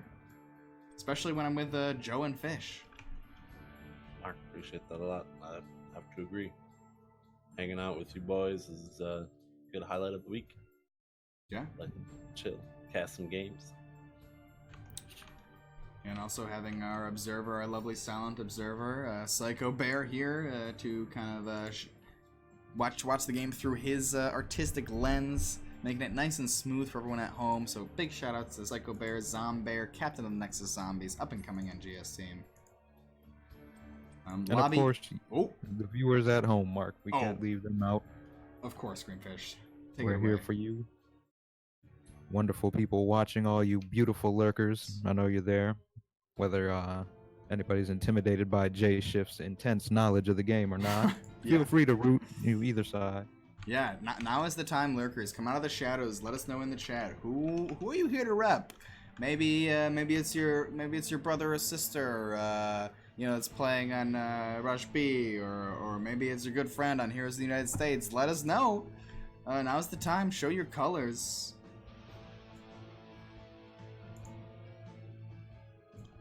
Show your colors. Wave them flags. Yes, and now I'm gonna take a brief moment here. I'm gonna leave you with ThatGreenFish and Joe as I take a quick stretch and bathroom break before this next draft. Joe and Greenfish, it's all up to you. Take over the stream. That actually leads me into my next question. Greenfish. Yes, sir. Do fish stretch? Well, Mark, you see, whoa, Wow. Joe, you Wow. took. Let me tell you, you took such authority on this channel when he stepped away. I thought you were Mark. I'm good. I know. Just dead, man. This should be your channel. But anyway, it's a real complicated situation because we can't really, stretch our limbs, say, as a human could. So what we have to do is find a strong current, and we swim against it, so it's naturally pulling against our body. And that creates that, kind of stretch Like effect. Decompresses your spine. It's almost like a chiropractic feel. Exactly. Wow. I just talking about it, I can feel it in my spine, and it feels good. It's interesting. I never even knew. But you explaining it, 100% get it. And I almost want to swim against the current right now. Fish. Absolutely. I see they make machines for that as well. You can get a swimming pool with a current in it. I don't know if you've tried one of those or not, but See. All right, we're back. What is up? Welcome back, Joe. Or Oh. Oh. I guess he doesn't know yet. Shit. Well, it's gonna be Infernal Shrines. I don't know if you guys discussed the map choice yet, but Shrines is map number 3. Wow. Shrines. I think last week we got a game 3 at Shrines. Definitely a bloodbath. First Both draft. First pick is team 2, which means it was the blue team's pick. Let's get that updated here. Now, once again, boys, Sylvanas. Banned or not banned? Now, did some work last game, but Yeah. Rush B ended up being able to answer and took the win. So is it a threat, especially on Infernal Shrines? Bigger threat than Sky Temple, I'd say. So I wouldn't be surprised if we do see the ban come out. Yeah, I kind of agree with Joe here. How about you, Fish? I wouldn't speak against your masterful opinions there. I've noticed that ETC was banned both times, I believe, by Rush B there. So it's more so a toss-up in my head, whether Rush B thinks they can just, push through it like they did this last game, or if it's a big enough threat from the first game and even the second game, even though it didn't give POTUS the advantage, why they should ban her out of here. Oh, we got the multi-season Grandmaster Master Jay Shifts weighing in the chat. Silv will come, $5 on it, Joe. Well, I was gonna say, the question is she gonna be banned or picked? Jay Shifts definitely knows she's gonna be coming out. She's going through. Let's see. It's gonna be the red team with the first pick for the first time of tonight. So let's see what they value. If you do want to wager Jay Shifts, we can 1v1 playground Fortnite if you would. I do see Johanna still on the table here. Is gonna be a great option for a tank. She's gonna see some involvement in this draft, I guarantee it.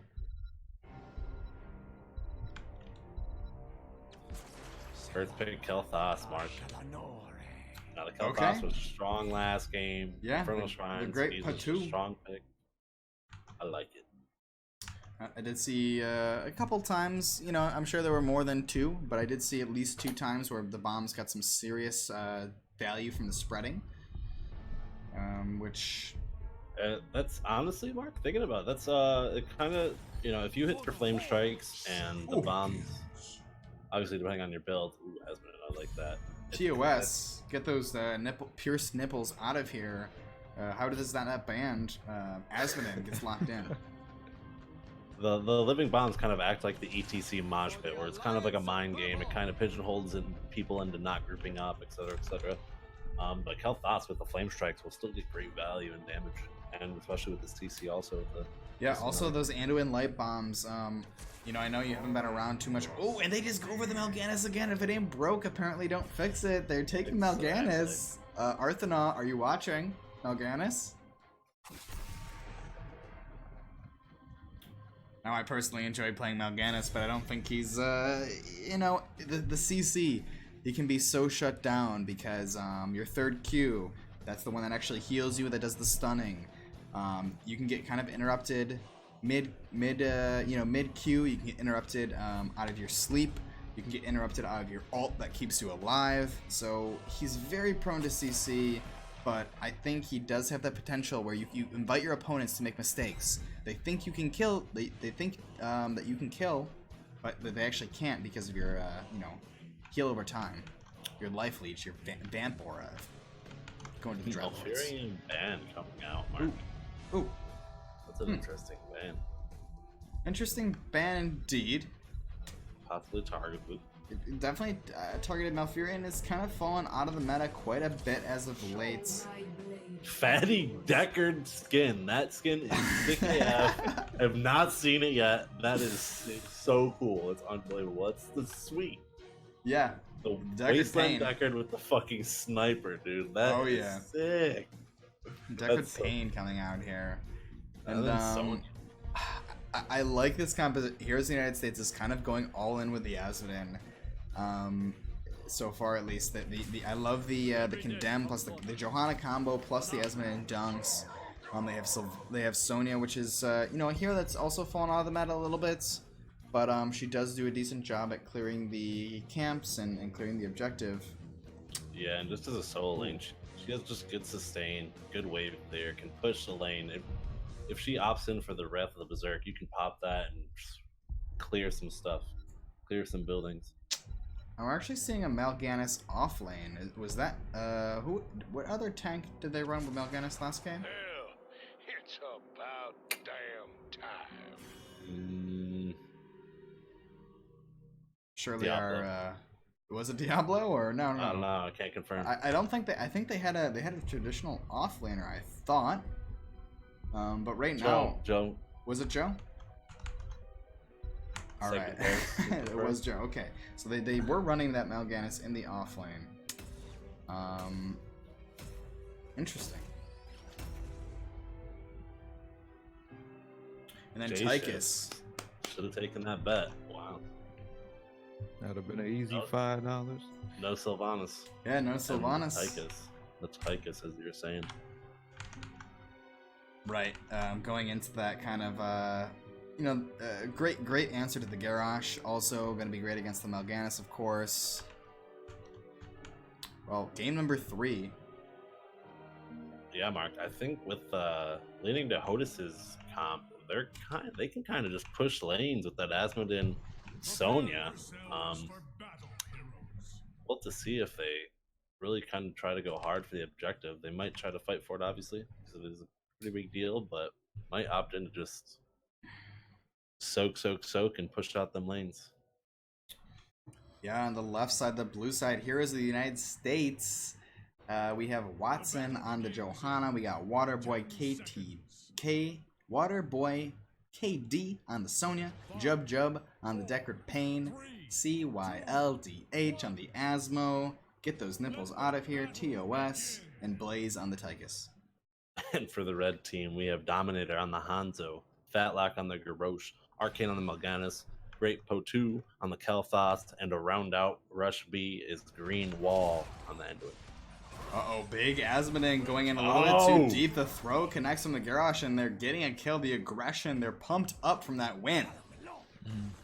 Yeah, Mark, Asmoden falling so fast. One simple step out of bounds with that spider leg, and he got thrown. He's trotting back into battle, looking to put out some globes. And meanwhile, on the top lane, we see that Sonya versus Mal'Ganis matchup. Garrosh opting to kind of just Now rotating down to the bottom, looking for maybe a little bit of a combo here. Now, Mark, we have Tychus, Sonya, kind of as the damage dealers over on Hodis.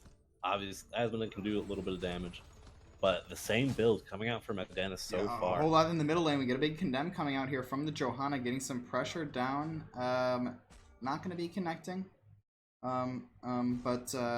Sorry, yeah. So Joe, with the Asmodin, I think the key is wait for the stacks.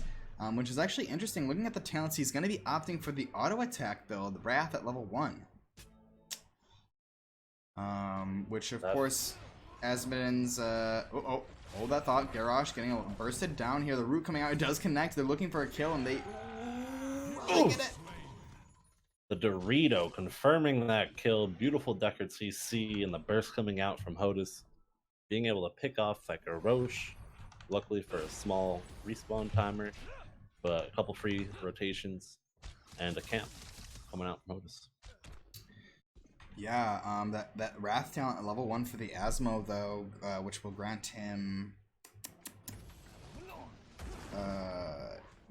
basic attacks against 75% or less heroes get annihilation, and then he also gets increased basic attack damage based on his orb amount, or based on the amount of annihilation he has, which is his orb stacks. So that's often paired, with that level 7 talent, where your auto attacks basically fork. But not really a common pickup. A lot of people went crazy for it when Asmodin first got reworked, but it kind of fell to the wayside to the hero damage one. Battleborn, I really like that talent. Really probably maybe looking to push out those lanes. Basic attacks reduce the cooldown of Summon Demon Warrior and Demon Lieutenant. Great tools to push out lanes, especially when fighting for objectives. Yeah. Enemy teams don't even realize what's going on until it's too late. We have the first Shrine phase spawning here, and it looks like most of the members of Rush B, they're moving up. They do get a nice crowd control down onto the Sonya, but it gets interrupted by that Dorito here. Meanwhile, in the bottom lane, Johanna and Asmodin are still going against the lane. They are not coming up for this objective. Yeah, Hodis just trying to poke and pride and just buy time for that Johanna. Asmodin pushing down lane, doing some good work, getting the first wall down. Maybe, dude, Hanzo going down, having to respawn there, but they might get to keep even with the Hanzo response. Or fort. Break away a second to just take a look at this fort. Yeah, it's falling very low here. It's about half health. Hanzo not actually going for it. Yeah, they're just focusing on that Asmodin Qs. Meanwhile, back in the top lane, 33 gems, and now it's the blue team moving in. They're trying to make pressure. They get the kill on Kal'Thas. The life grip comes out, but it's not enough. Only 6 more gems remain. Best case scenario for Hodis right now, getting a pick onto that Kal'Thas, and Rush B coming in for response. Big engagement coming up. Big throw onto Sonya. Sonya at half health, but not falling. Throw on the Sonya, the sleep to follow up. Hanzo is on the poke. He's trying to get damage out. But Waterboy KTD is going to be getting out alive here. And yeah, that bottom fort, look at that. Just in time to defend. Just in time to defend, Mark. Guaranteed they don't get a full fort out of this Punisher, so that's some serious value city.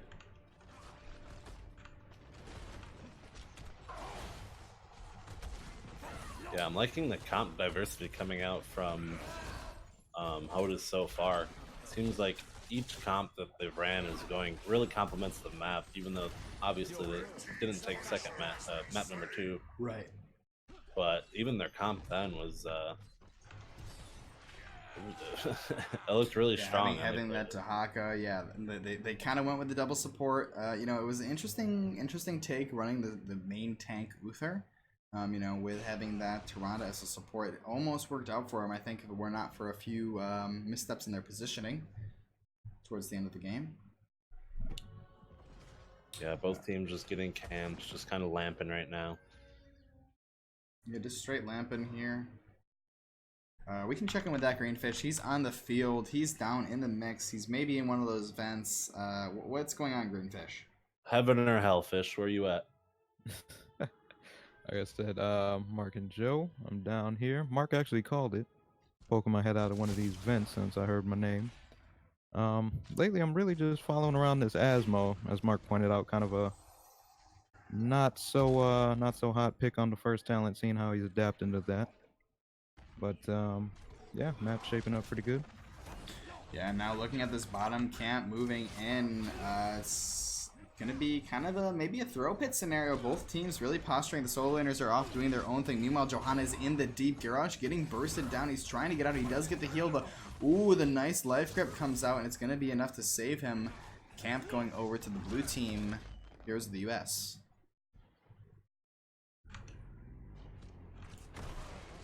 Yeah, with this basic tech build from Asma, I'm trying to keep a really close eye on these lanes and just see how many lieutenants and demons he's getting out. And right, there's what I was referring to before, that bombardment there. After casting the globe, you get the base, and your next basic attack gets increased range, and it hits 2 targets. And hitting heroes with basic attacks also gains you 1 additional annihilation.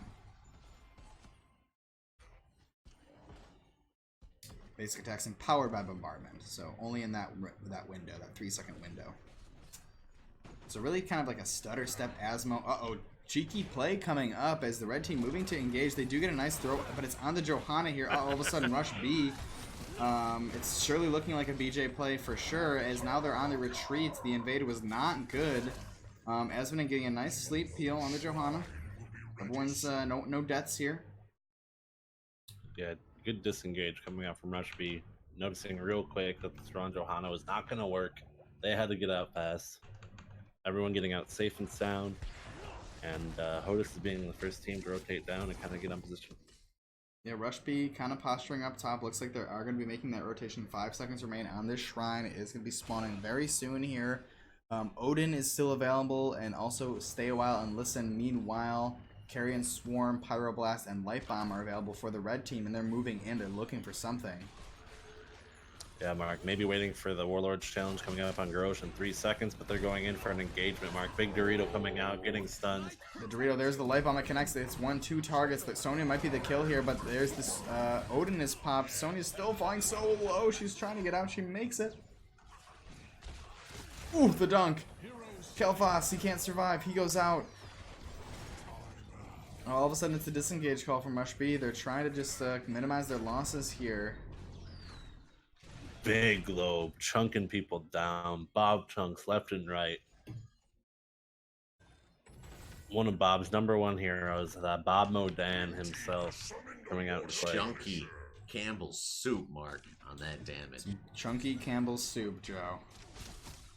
Now, back in my day, we called them Asthma Dunk, and I can see that's still holding true. Oh yeah, swoosh, swoosh, swoosh. Dunk, Yeah. dunk, dunk.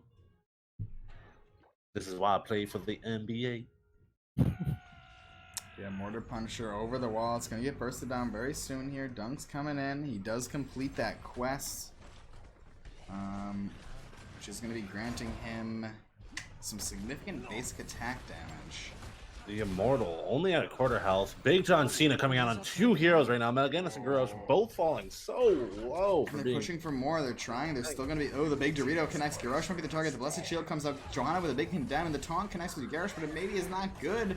Oh, no, the heals from Anduin are... Melganis in the backline B. He's going to have to turn around the White Bomb. Ooh, and the Stay a While to counter it. What is going on? Wow. Beautiful 5-man stay a while, saving Yes. Watson's life. Being able to disengage from that. Hodis is resetting the fight. We have a camp pushing mid. That was gorgeous. That was really pretty. What a sleep. What a Arcane. sleep. Yeah, seriously. Oh my goodness. The Light Bomb, it looked so good. It looked like it was going to secure the kill, but then all of a sudden, 1, 2, 3, 4, 5 members all asleep. Joe's the observer. He's going to start typing. He's getting in on the mix.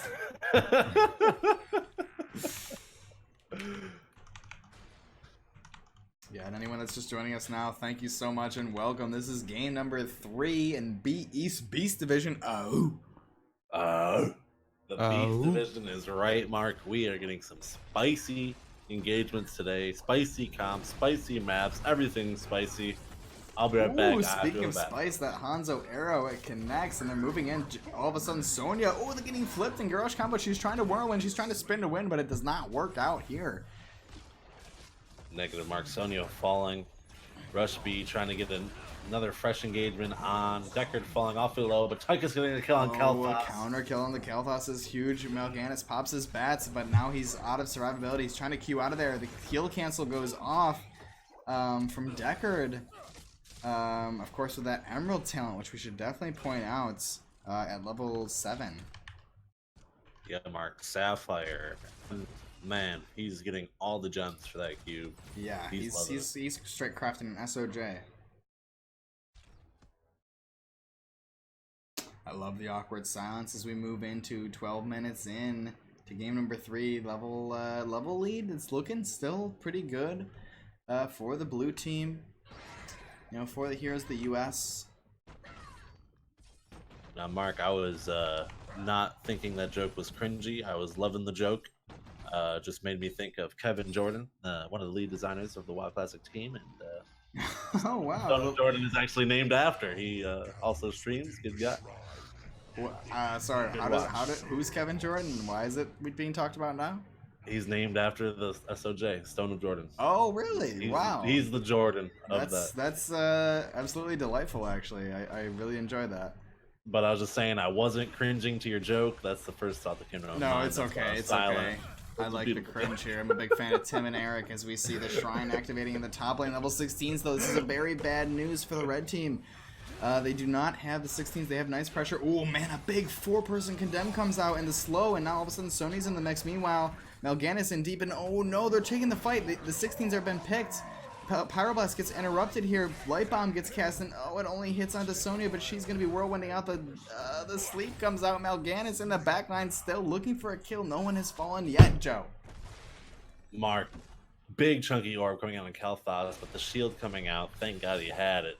And, you know, Asmund and everyone's low on Rush B, and Asmund is looking for those orbs. Soup, Mark, and he's been hitting quite a few tonight, Mark. So I wouldn't be surprised if we see a Will Chamberlain from downtown. Speaking of being on point tonight, we have ThatGreenFish playing out of his mind with the sound commands popping off left and right, getting every single Bob Chunky that's mentioned. Shout out to ThatGreenFish. Thank you, Greenfish. It's my pleasure, my pleasure. Gotta keep chat live. Amen to that. And now dialing back into this game, 16 still are not online. The red team sending Mal'Ganis down bottom, opting to just yield this objective, which is fair for them. They have the full top 4, nothing crazy to lose here. It would be absolutely devastating if they lost one more, member. Ooh, that's 75% spell armor. Did you see that? Just Pyroblast do nothing. Mark, Mal'Ganis seeing 16 on the horizon, 30 skulls on Hodis. They're going in for the engagement. They're going in so deep. Mal'Ganis is shouting at the top of his lungs right now. He's got the Tychus. The Hanzo arrow is a big cringy Ace KC whiff. But then awfully low. Mal'Ganis Blaze blind as a bat, but he just keeps healing. He's hitting non-stop, but now he's in the back line. Oh man, and the ulti gets popped. I can't stop looking at Mal'Ganis. Meanwhile, the Odin goes down as well in a perfect sleep, and he just boosts out Arcane. He's insane right now. Mark, I'm not sure how he just got out of there. I don't know either. I think he's still dead, honestly. He's gonna die any second. Yeah, there goes the Garrosh. They lose the Frozen Punisher. But yeah. Otis needed John Cena in order to secure a kill right there. Rush B doing a phenomenal job trying to disengage. We have Garrosh and Kel'Thas both down. We'll see how much Otis gets. All the meanwhile, they drop the keep in the bottom lane. Dang. But it's looking good for Hodis here. Also, quick message from the chat. Jay Schiff says, enjoying the cast with you boys. Thanks for keeping the hots lively. Oh, Jay Schiff's thank you. Yeah, too kind, my friend. Absolutely love this game. It's his favorite video game of all time. And I'm happy to be casting for the NGS, and I hope you guys are all enjoying it because I'm having a blast here. Man, Rush B went in for the engagement. They got the pick on the they got the pick on the Asmodin, but Mal'Ganis falling, paying the price. Yeah, Mal'Ganis falls. He's only their offlaner in this case here. Instant impacts coming out from Rush B. Looking to maybe they really have to play lane maintenance right now. There's not much options they have. We got Hemi Bo saying that Mal'Ganis play was insane. That's what I'm talking about, Hemi Bo. I absolutely agree. It's didn't seem to do too much damage, but at least he survived and distracted, I suppose. But here we go. Both teams clearing out the siege camps middle. Meanwhile, blue team going to the bottom. And welcome, Himmy Bo. Hopefully you're having a wonderful night here as we are watching game number 3 in the B East Division. Beast. Oh.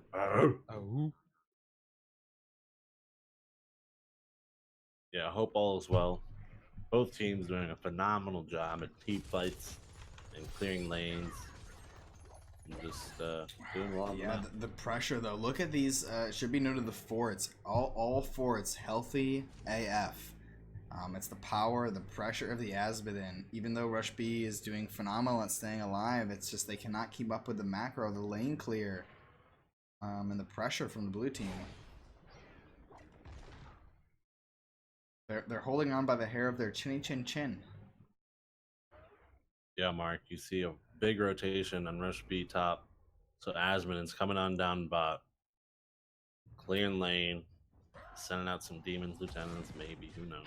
Yeah, at this point it's kind of this is where it gets tough because they can't afford much. They can't afford much as far as the lanes. Everything needs to be cleared, but level 20s are right around the corner for the blue team, so it's either make a play now or plan to soak till 20. And it looks like they're gonna plan to soak till 20.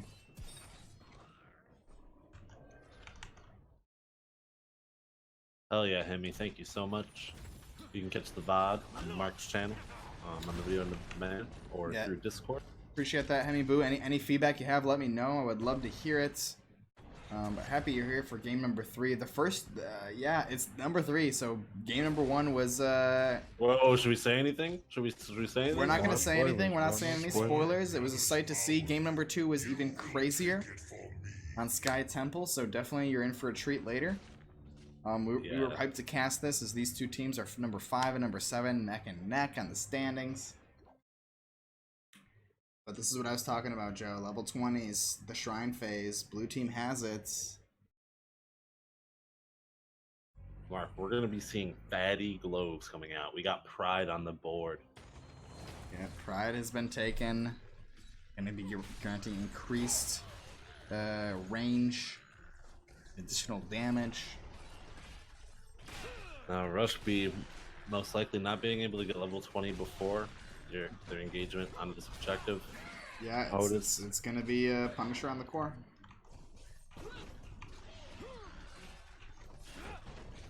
Now we do have a Hanzo Dragon Arrow maybe coming on in. Yeah, the Hanzo Dragon Arrow. I don't know if did he take the play of the game. He's waiting on the pick there. 20s are online. He secured play of the game. Oh my god, it's a big connection. He gets 1, 2, 3 members. They're out of the mix. Tyke is getting burned down. Oh, a double throw here.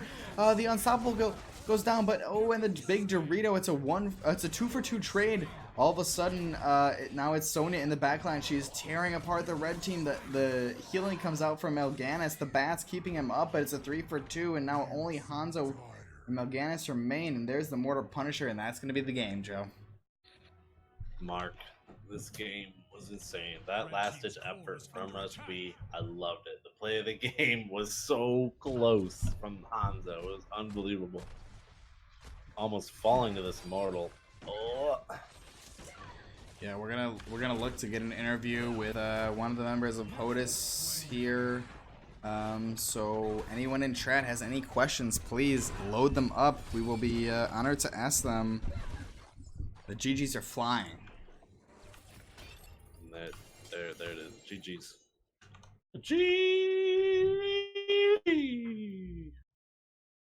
We'll get in contact with Mr. Blake, team captain of HOTUS. Wow. HOTUS walking away with a nice win.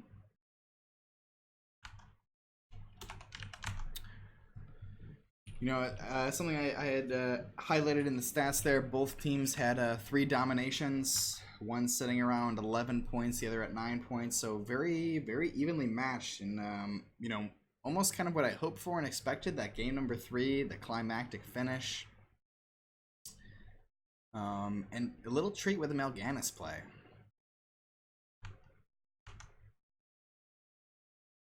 Gotta say, that's a good bunch of guys. Wow, Jesus, you know? Wow. Those GGs were flying. Okay. GG's we're flying. We're trying to get into contact with team captain of HOTUS, see if they want to interview. Yeah, just one moment here. Hemi Bo coming out in the chat saying HOTUS is a great squad. Good job by Rush B for keeping it so close. Yeah. Yeah, I gotta agree, Hemi. You know, Rush B did a fantastic job in game number 2. It's rough because you know, the kills weren't grossly, you know, it was 11-5 as far as the kills, but the structures, and really the power of Asmodin. I wanna take a look at these stats here. I'm gonna kick us back to the in-game overlay so we can see kind of some of the stats as we see that Hanzo. Really, it's what we were talking about, the Hanzo like being respected. 165k siege, 62k hero, and that XP soaked. Ooh. Alright, Mark. Looks like I got confirmation from Blaze. Alrighty, we got a fresh young follow from Gigadross. Welcome. Why is Waterboy TKD so delicious? PogChamp, what is up, Gigadross? Thank you for joining us. Possibly a member of one of the teams here. Heroes of the United States. We're getting into this interview. Joe disconnected, so let me adjust and we'll get set up for this interview here. But welcome. Appreciate the follow. Kick on over to the NGS Discord, Greenfish. Yes, sir. Alright, there's Joe Zombie. I spotted him. Hello. Whoa. Alright, Hello. looks like we're joined with Watson and Blaze from the Heroes of the United States. Congratulations and welcome. How are you guys doing tonight? Not too bad. Outside of game 2, everything's okay. Oh, Yeah, mine's a little blip in game 2. I think we're doing pretty good. okay. Well, yeah, I mean, since we're already talking about game 2, from your, you know, us as the casters and the observers and the analysts, we had some kind of thoughts, but from what your perspective, what do you think went wrong? Kerrigan casted her Chrysalis in the fight in the mid lane instead of taking the Divine Shield, so she blew the Divine Shield. Oh, That's what happened. Okay. Yeah. Yeah. So the Johanna comes to engage, I just D-shield, and instead of getting the D-shield, he Chrysalis at the same time, which is exactly how we ended up losing that fight, which I think pulled away all of our momentum. Because I don't think that game was out of control. If at that point, if I remember right, we were up on structures. All we had to do basically was just trade temples and we win. But Yeah, we didn't. They took bosses and it started to spiral from there. Yeah, so now going into well, first off, let's back up. Let's just reverse a little bit and tell me a little bit about Heroes of the United States. How long have you guys been friends? Been playing the game together? What's the background? What's your story? And any interesting tidbits about any of your members? Blaze, I'll let you take that one. Half the team's your family. Well, half the team's my family. So I mean, it started off. I mean, so yes, there are. I am related to Waterboy. Thankfully not by blood. So but you know, so we knew each other that way, and we've been playing HOTS. I mean, I've personally been playing it since, you know, around, I think, the Leoric patch. Okay. And not too long into that, then him and I just have been playing together for, you know, ever since then. And then finally we actually joined up together in Chair League back when that was still a thing. Oh wow. That's where we met up with Watson and Clyde. And then probably what I'd say like our second season in NGS is when we picked up Jub. Yeah, we picked up Jub a year ago.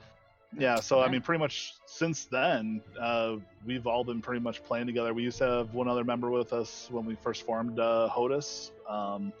But otherwise, you know, it's been the same guys for the duration since we formed the team otherwise. So, you know, we've all been playing together for, you know, what 3-4 seasons now. Yeah, heck yeah, that's awesome to hear. That's I also play in the NGS myself with a nice little squad of friends, and we're going on 2 seasons, so it's a delight. But yeah, now I'll kick it over to our co-caster here, Joe Zombie. Any questions, Joe, you may have for HOTUS? The comps you guys are running, just props on that. You guys are saying you're playing together for a little bit and definitely got the synergy, and comps that you definitely had an answer for the maps that they were bringing you to, and just wanted to give you props on that. And are you nervous for any other teams in the division? Or are you guys just kind of rolling through, kind of still early in the season and just feeling it out? Well, honestly, Gilly Shark dipped out on us, so like that's disappointing. They used to be Yeah. our arch nemesis. We went against them like it was 2 seasons in a row in the grand finals of B East, and they decided they're going to change out some of their players. And they went to Division A.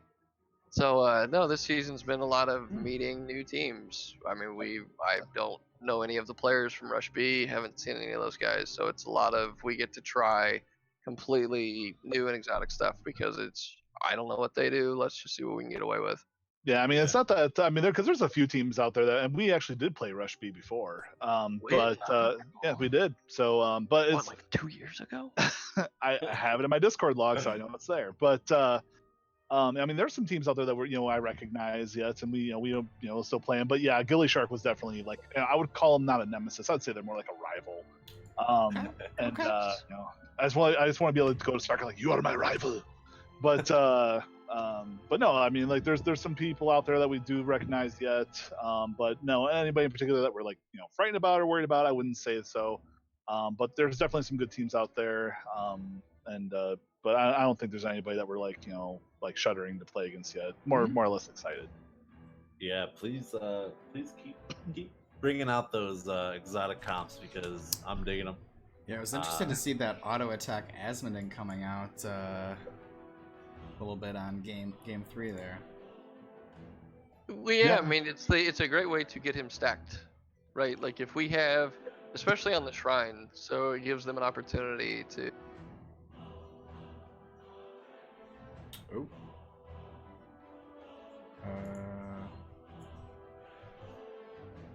A little faster. Oh, all right, we're back. My bad. I was gonna say Mark Zombie bouncing out. Yeah, quick. Young Discord trying to tell me that I've been AFK, but we're here. Welcome back. Boy. But I think that rounds it up with me. I don't know if you or Fish have anything else. Yeah, well, just kind of concluding on the Asmodin thought, it makes him a little bit more of just that globe bot, where if too many Asmodins, you just see them kind of wandering around. They throw the globe, they wander around, they don't auto attack, so it really kind of leans into getting more damage out of him. So interesting pick for sure. Yeah, and that's something we've been working with Clyde on, is just making sure that because I mean originally when we first started playing it, we would go siege damage, and he would play a lot with the laser stuff, and so he's finally kind of gone to what I would consider honestly more of a meta type build. So you get the auto attacks, you get faster cooldown on your I think it's on your warriors, right? The warriors kind and of the trait. So it's all. Yep. Yep. A little bit more sustainy, a little bit less mana intensive, so just works out better. All right, well, fantastic. We have we also have our undersea analyst, ThatGreenFish. He's with us tonight. He's got a statement to make for you guys. Take it away, ThatGreenFish. All right, well, hello, all of you. I'm new to B East, so this was a very nice change of pace. That first game, I had no idea where to even look. It was just like a steamroller, rolling across the field, and it was over, and I'm like, what's going on? It's already been touched on, but like I said, the variety in the comps, you talked about that slight hiccup in game 2, but game 3 just coming back, and wonderful show, just all around wonderful show. Thank you.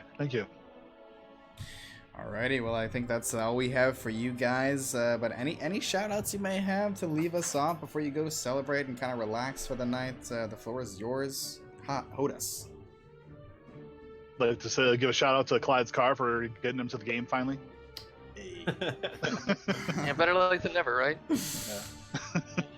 Shout out to Twitch chat, and shout out to you guys for casting. Always appreciate it. Always appreciate that. Oh yeah, thank you. Well, absolutely. All right. Well, we'll look forward to maybe seeing you guys more in the future. Hopefully, catch more of your games. That was quite the show, and yeah, thank you. Oh, thanks again for the cast, guys. Appreciate it. Of course. Yeah, have a good night, everybody. Thank you so much. You too. Bye. Alrighty, let's connect back here with Joe and Greenfish. Kind of wrap this show up. Here we go. We got Joe. He's coming in. He's in the mix. Maybe. Well, I definitely. Greenfish, are you with me? All right, Joe's seems to be a little bit scuffed up here. So let's go ahead and try to reconnect. You'd have to get with somebody that actually knows.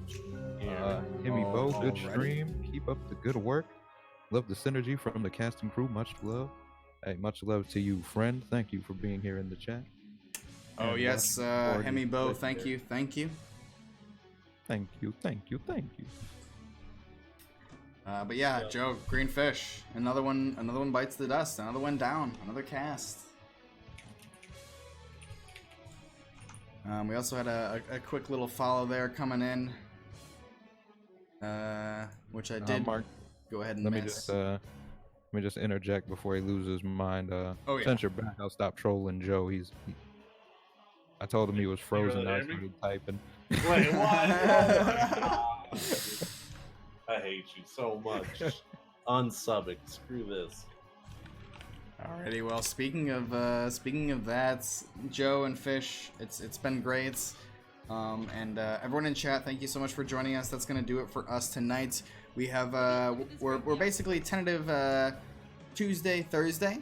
You can expect to catch more of Joe, ThatGreenFish, and Mark Zombie casting for the NGS. We're gonna be going all season. So if you want more of this, Tuesday, Thursday is kind of the name of the game. And then otherwise, Joe, you do some stuff. You maybe stream on Twitch as well, right? Yeah, we like doing the morning cup of Joe just about every morning. We usually take either Saturday, Sunday off, the weekends. But weekdays, morning, like to do a little Hearthstone Apex, variety, bunch of different stuff. Hardcore Apex now. But you don't want me. You're looking for ThatGreenFish. He is also doing stuff on Twitch, Instagram, all that good stuff. Fish, where can they find you? Where can they find you? Well, if you direct your attention to the center screen, there's a reason. Center screen, but yes, ThatGreenFish, Instagram, Twitch, Twitter, if you so choose. But yeah, and just thank you so much, Mark, for everything, inviting us, the production. Of course. I'm it's I try my best out here, but anyone in the chat, any feedback, please feel free to lay it on me, good or bad. I'm all about it. I would like to know what you guys think. It's getting awful late for me over here on the East Coast. Working Monday through Friday in the coal mine, getting that black lung, trying to feed my family and whatnot. But let's see if we can locate any other NGS streamers. So we can leave you off with some more Heroes of the Storm, perhaps. Ooh. Some action. And it looks like we got a series starting. We had a series start at 10:30 p.m. Let's take a peek and see if this is still live here.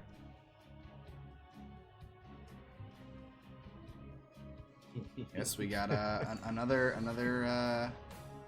series out of Div B West. We're going to be going over to Soak Every Lane versus Roll20 Esports in the NGS, which, by the way, if for some reason you might not know what NGS is or is all about, it's the Nexus Gaming Series. It's the premier amateur Heroes of the Storm North American League.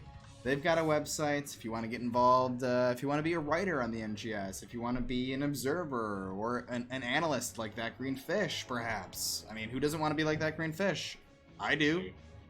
You can go to the NGS website, nexusgamingseries.org. They've got a Patreon if you have a few extra bucks to spare.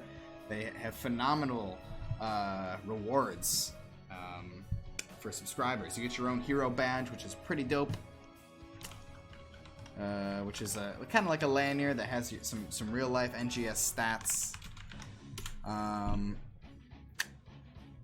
J Shifts, thank you so much for hanging out. Do appreciate that. Anyone else kicking around? Also appreciate you being here. Yeah, thank you so much. Much love. And that's gonna do it for us. All right. Till next time. Till next time. Sayonara. See you.